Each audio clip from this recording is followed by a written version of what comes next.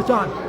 Okay, we would like, as the Rusler family, we'd like to say thank you to everybody for being part of the services today, and we're thankful that you was able to come for this afternoon to have a meal with us, break bread with us, and it's been an awesome day. I believe Mom would just say, hey, you guys did well. Rosie, I want to thank Rosie and Sean and all her family for all that they did to make all this thing happen together, and all the other people that helped as well. And right now, we just want to open up the mic. I know that as soon as I walked in, somebody named Joyce came right up to me. Where's Joyce? Oh, she's hiding. I see you, Joyce. Joyce came up and said, Bobby, do you remember? And so I know that every one of us have a story about whether it's grandma or mom or just a friend, Eleanor. Joyce, what'd you say? Come here. Come on, Joyce. Let's hear it for Joyce Vinci. Joyce was the next door neighbor to Mom and Dad. In the summer, Mom and Dad and Sam and Ann and the Rusler Vinci's would go down to Sam and Ann's, and we'd light a 5-gallon bucket with wood and throw green stuff in it so it made smoke so the mosquitoes wouldn't bother us. Do you remember that, Joyce? You remember that? And Joyce, what did you say? If you want to say anything else about Eleanor, you got the microphone. They're all over for you. When the boys would come down to our house to play, and it was time for them to go home, Eleanor would call. She'd only say one word, and that was immediately. And I knew when she said that, they were in trouble. Immediately. What else, Joyce? What else do you remember, Mom? I have too many memories. Too many, huh? Tell me one. Okay. You know, Joyce, I remember Joyce used to ride up to our house. We lived about a quarter of a mile from each other, but there was a little dirt road that connected us so we didn't have to get on the highway. And I just remember Joyce growing up, always coming up, riding on her bicycle, but never had shoes on. Is that right, Joyce? She never wore shoes all summer. I got your mother's high heels on. Oh, and mother's high heels on. Yeah, I think Sarah has a story about grandmother's high heels, don't you, Sarah? Yeah. Thank you, Joyce. Anyone else want to say anything about my mom?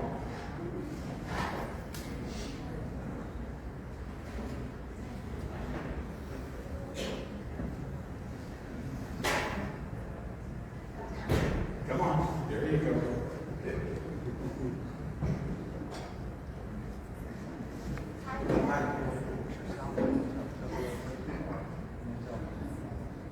My name is Virginia Chandler, and I go by the name, everybody knows me by Tats, that's T-A-T-S. And I met Eleanor through Rosie and her daughters and Sean. And Eleanor's granddaughters kept the horses at my place for many years. I remember Bethany and Brittany when they were so tiny, and now they're beautiful young ladies. But Eleanor was, I remember when I first saw her, I looked at her and I said, you are so beautiful.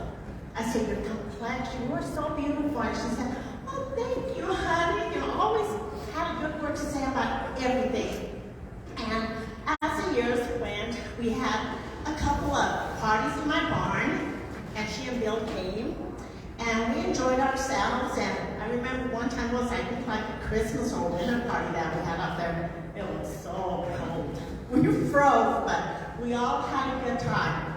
And in the years, as years went by, we kept in touch. She'd come over with Rosie when they'd come to feed the horses, and just visiting with her, and her telling me about her growing up and how they farmed. And then I'd go over to her house, and I visited with Bill and Eleanor. And I'll tell you what, they were wonderful people. And I tell you what, from my heart, I will miss them, and I will especially miss Eleanor, because to me, the beauty, I'll always look and think about her, just see her beauty and her kindness in her heart. So I say, rest in peace, Eleanor. I'll never forget you.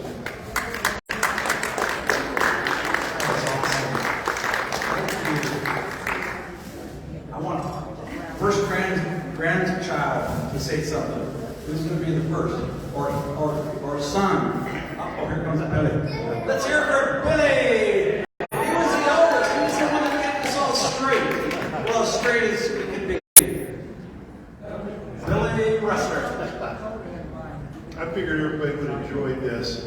Grandma, I think most everybody knows, she loved playing the piano or the organ and singing. So when we were teenagers, teenagers kind of hard to get up in the morning sometimes. 8 o'clock rolls around, 9 o'clock. By about 9:30, Mom would come down to our bedroom. Me, Tommy, Bobby, come down to our bedroom, and the piano was right there by our room. And she'd start singing, "Good morning to you, good morning to you, good morning, Tommy, good morning to you."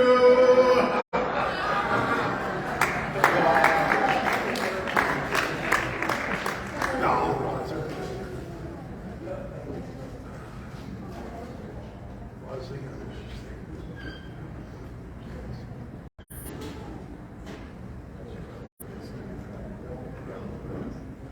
Okay, next.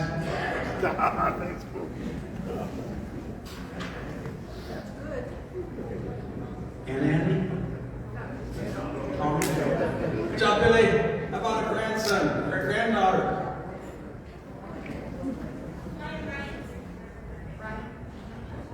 Anybody else? Bobby Vinci. Let's hear it for Bobby Vinci.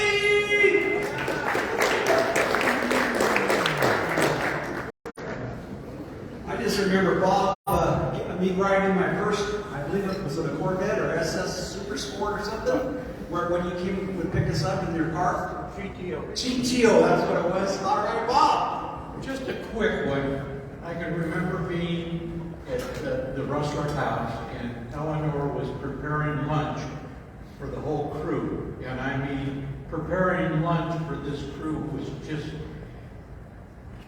she would have to get a whole loaf of bread, stretch it out on the counter, and then get the salami, boom, boom, boom, boom. I admired that woman. She worked her butt off just feeding these guys. She made a lot of sandwiches, there's no doubt. I thought about several other people said how many sandwiches that Mom made over the years. I started thinking, we should have had a wheat farm and harvest our own wheat. We could obviously get some money. But who's next? Don't be shy. Could you get a chance to say something about my mom? Do it.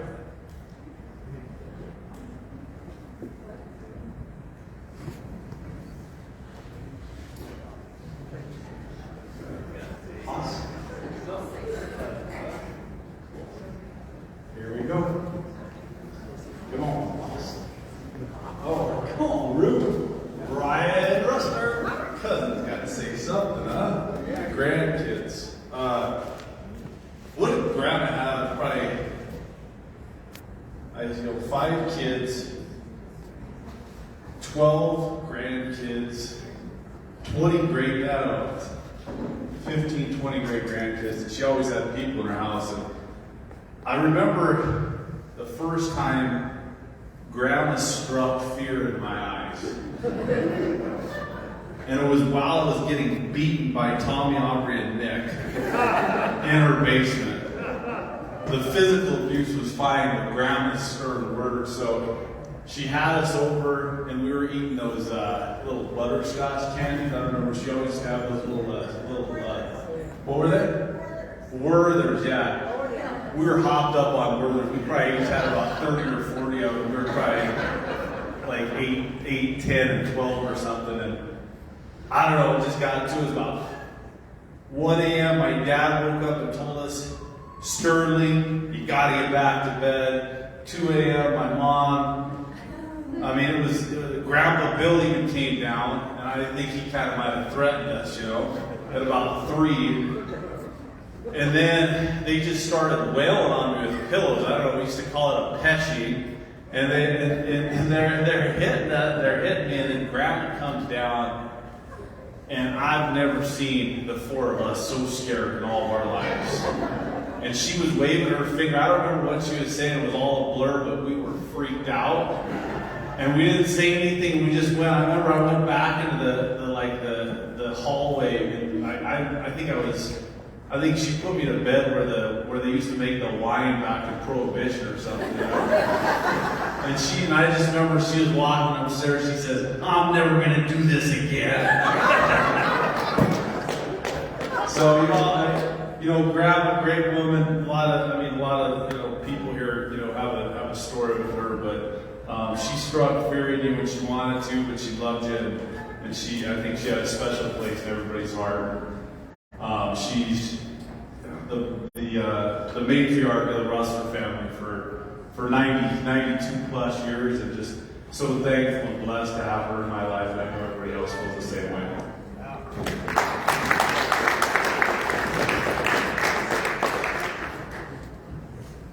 Haas Froman, Avondale, Colorado.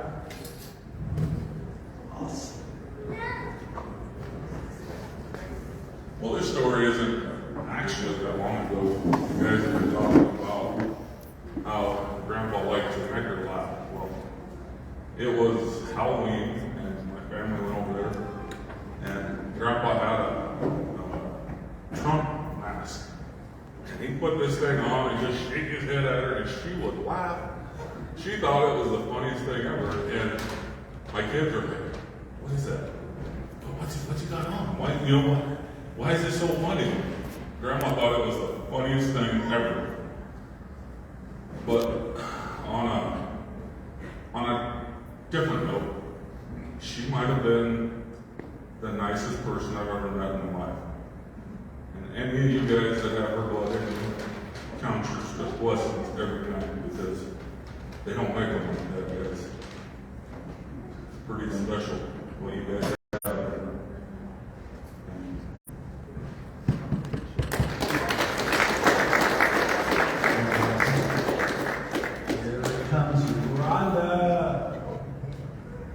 Okay, Rhonda Denisio. My memory of Eleanor was she played the piano in church, of course, and she was always the best dressed and the sweetest person. And I lived next door to all these guys. I was friends with Rosie. I'd go jump on the trampoline. And then she was always so nice.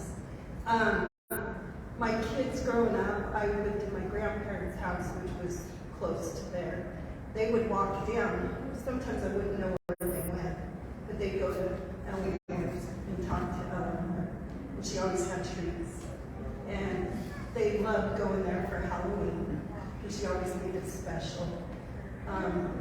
Just a lot of memories, and I mowed her lawn for 20 years. So she always had tea or lemonade or something. I always had to talk. And when it got to where 20 years, and she would call me Barbara, which was my mom. So she said, she goes, "I'm sorry, Rhonda, you look so much like your mom." But I have good memories of Eleanor. Thank you, Barbara.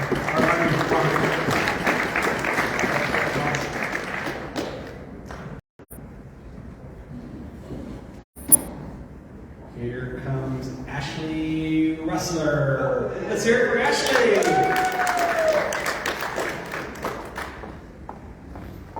Hello, I'm Ashley Rusler, and Bethany said it so well today that Eleanor had such an amazing way of making everyone feel so loved and welcome. And I moved here 15 years ago, and she had an amazing way of welcoming Megan and I into the family. She gave us her applesauce recipe and invited us to make applesauce with her, and it was such a joy for her to show us all the grandkids' trees. And if we're passing by Eleanor and Bill's house, you know that every grandkid that was born, they planted an apple tree or a fruit tree, and I mean that's just so special to have that there. And Nick and I were able to raise our family for the first 10 years with Grandma at church. So on Sunday, we were usually late. Grandma would be sitting there waiting for us. And when our kids would walk into that pew and seeing the smile on her face, whoever was small enough to get up on her lap and she would whisper to them and say, "This is the day the Lord has made. Let us rejoice and be glad in it." And there Rejoice. will never be a day that we don't say that to ourselves and our family, and just God bless Grandma.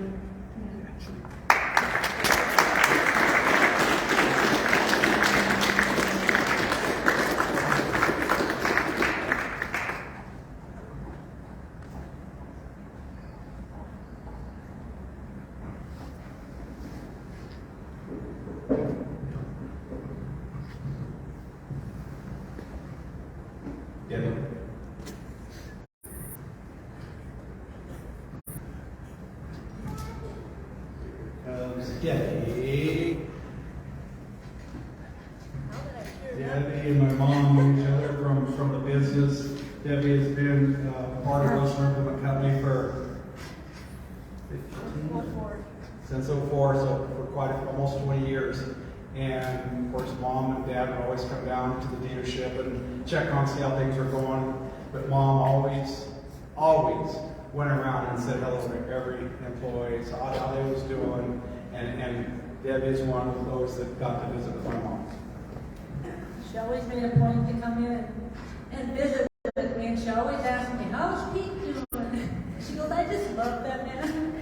And it always cheered me up just to have her come into the office with such a bright outlook on everything. And I always enjoyed the parades. I always got to see her every time we had our Arkansas Valley parade. That was just awesome. I do miss that. You know, 'cause you guys, we'd ride the parade, and I always see you guys sitting right there, you know, at the beginning of the parade and stuff. She even rode with me one time in the parade. And she's dear to my heart. Yeah. Every time I go to Pueblo and see my mom or something happened with Debbie, I always ask her, "How's your mom doing?" If she knew I was going to Pueblo, she always was checking on my mom, and she's right. My mom came down to the Arkansas Valley Fair Parade every year up until the very end. And just a little history, the Arkansas Valley Fair Parade is the oldest fair in the state of Colorado. It's 134 years. I think last year was the oldest parade. And Mom, Sarah and Bart and Brett, you guys remember how she used to come down and we used to all go out and eat after that. She would just be so happy to get to be there at that parade and ride in a little Kubota up kind of in the front of all the Rusler Implement displays and stuff. So it was always a very special time. It's something I know I will always remember from Grandma coming down to the parades down there. Yeah. Anyone else here? Who's Aubrey? Let's hear it for Aubrey Rusler. Aubrey is Billy's son, and Ryan was Billy's son. Hi, everybody.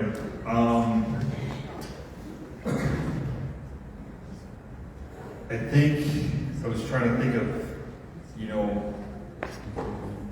what Grandma meant to me, and it was just joy. Every time I saw her with my brother, my cousins, it was always joy. She would always greet us with joy and just bring joy into the situation. So, and Ryan said something on the way down here from Denver.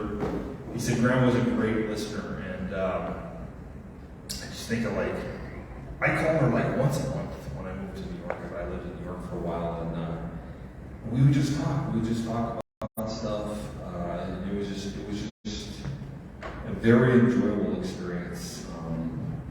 Grandma was always funny too.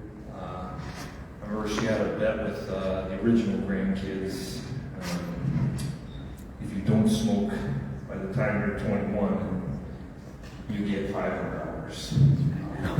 And I remember I was pretty late on rent in college. And I said, "Hey, Grandma, is that deal still on the table?" And she said, "Well, have you smoked already?" I said, "Well, Grandma, I might have smoked, but I didn't pick up a habit." And she says, "I think that'll be okay." But yeah, sad day, but happy to see everybody here.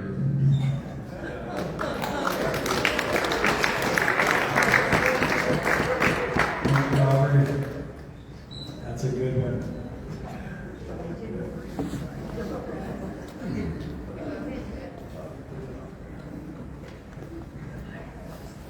Hi, my name's Sharpa Silly, and I met Eleanor, I don't know, maybe 15 years ago. I was a true Roman Catholic, trying to find the church that I would feed my soul. And I walked into Vineland, and there were two women there, her and Neva, that both welcomed me after church. And but what really sold me on that is there was a young child who was sort of a screamer.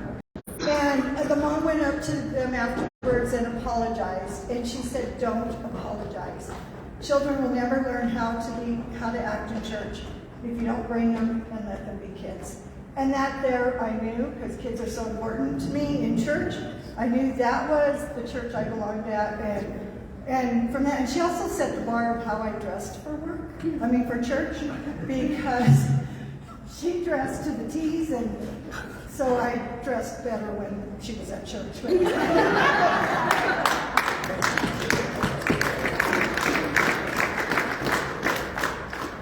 Well, I'm going to tell you about 4 years before you came to that church.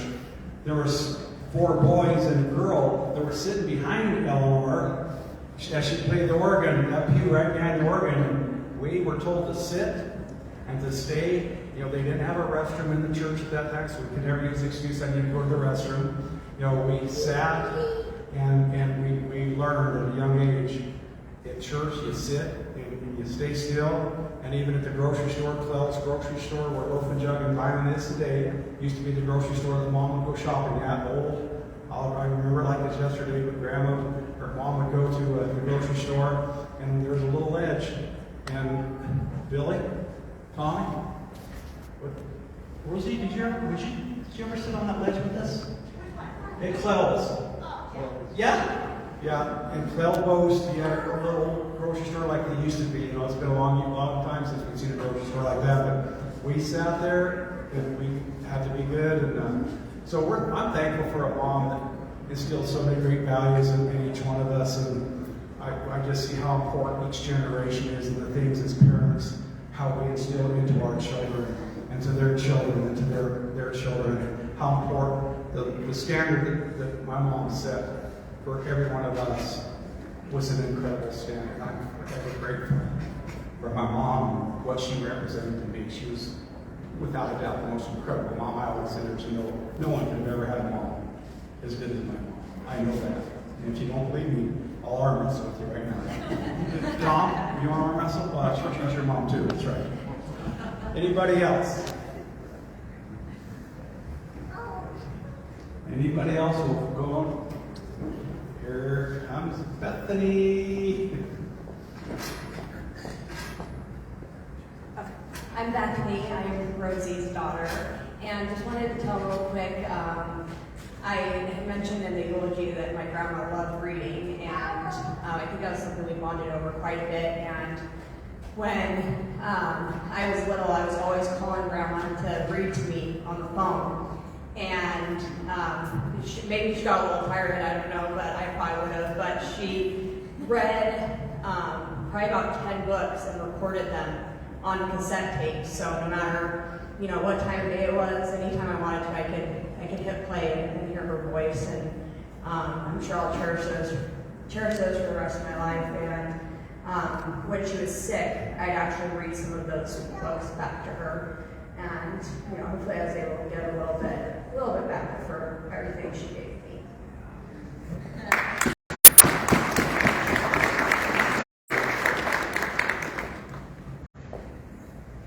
Thank you, Bethany.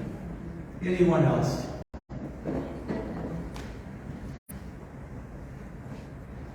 Thank you so much, everybody, for coming. There, Rosie. Okay. Yeah. Going once, going twice. Here's Rosie!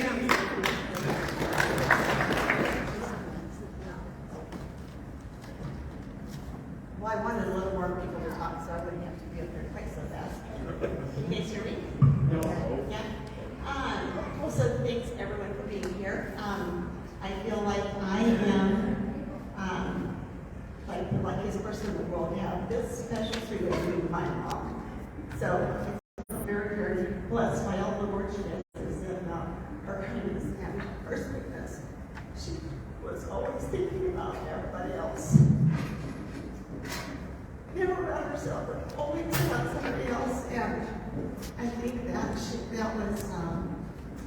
even in wanting to help. And even it was maybe 3 Thanksgivings ago, we were making the stuffing for Thanksgiving dinner, and she was in a wheelchair, sitting next to me at the butcher block, and the girls and I were making the dressing, and just sitting there watching her, she said, "Honey, can I help you do that?"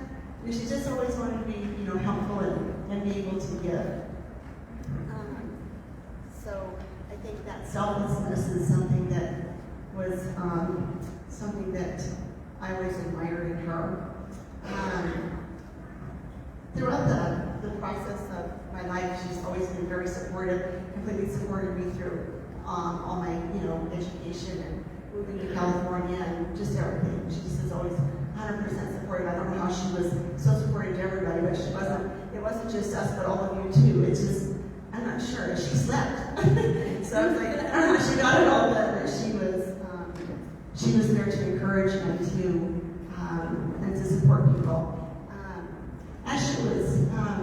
After she was diagnosed with dementia, she continued to have an immeasurable amount of love, and it continued until her very last time that she was able to say a word to me was about 3 weeks ago, and she tried saying thank you after I brushed her teeth, and she was bedridden, of course, but her word was thank, and that was the last thing. But she was just always appreciative, like always happy and always appreciative. But something I've learned through it is that there are people out there that always are behind the scenes. And a saying that has meant a lot to me is character is how you treat those who can do nothing for you. And there are some people in this room who've been supportive as all get out to Grandma throughout her time of illness. I would be, first and foremost, my husband and my daughters.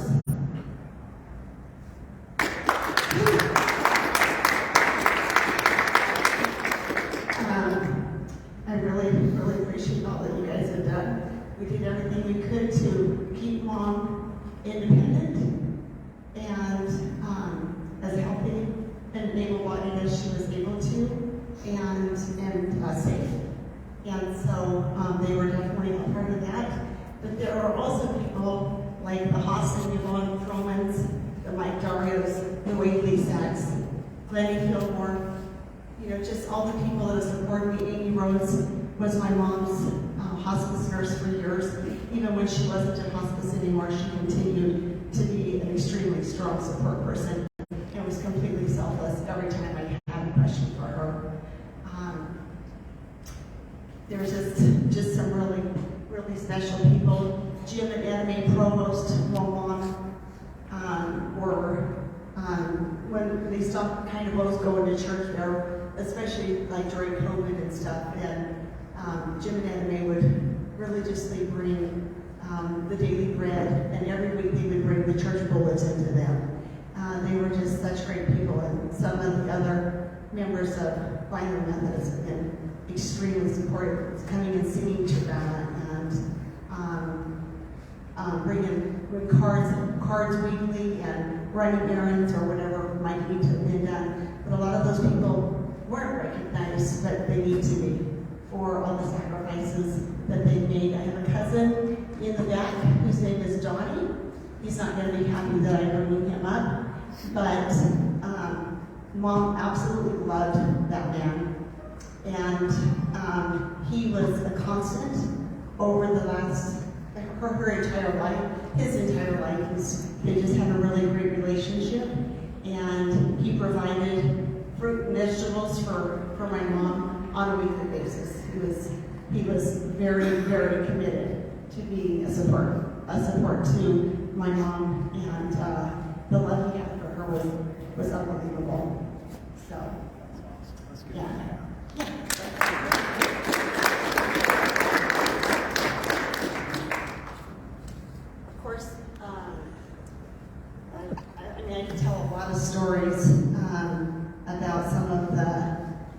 readings. I'll tell a couple of them. One of them is, this was probably like 5 or 6 years ago, and Mom was having chest pain in the night, and she was pretty sick, and it was like 1 in the morning, and we were just I was kind of writing it out to see if I thought we needed to maybe go in or take her into the emergency room, and she got better, and then a couple hours later, she started having chest pain again. Irregardless, she had a pretty rough night, I'll just leave it at that. And finally, about 5 o'clock in the morning, things were settling down, and she had fallen asleep. And in her, while she was sleeping, she was sleep talking. And even in her dreams, she was so sweet. The words that came out of her mouth in her sleep talking was, "Oh, God bless you, honey." Yes, it was just who she was just to be a sweet person. Something that she said to me, I'll kind of end on this. Is it close enough? So this was back in 2017, and I was reading some of the books back to her that night. Sometimes at night she was a little bit more anxious and kind of anxious, so we tried reading to her. And at the end of reading to her, she said, "I love you and all my friends and family, and I will always be there for all of you." So that was with dementia. So yeah, she's a sweetheart.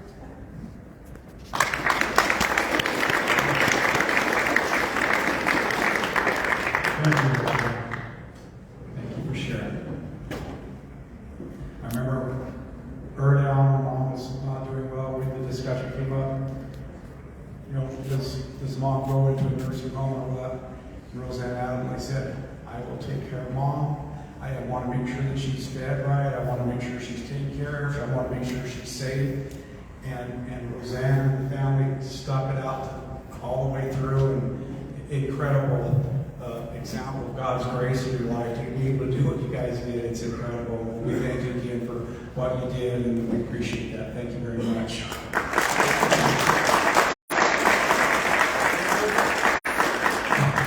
Hey, I think it's about time, unless somebody else will say, "I still want to say something." You got one last chance. If not, thank you again, everybody. Thank you for being part of this service. And the dinner and our day. We love you all. May the Lord bless you and keep you. May His face shine upon you each and every day of your life. God bless you.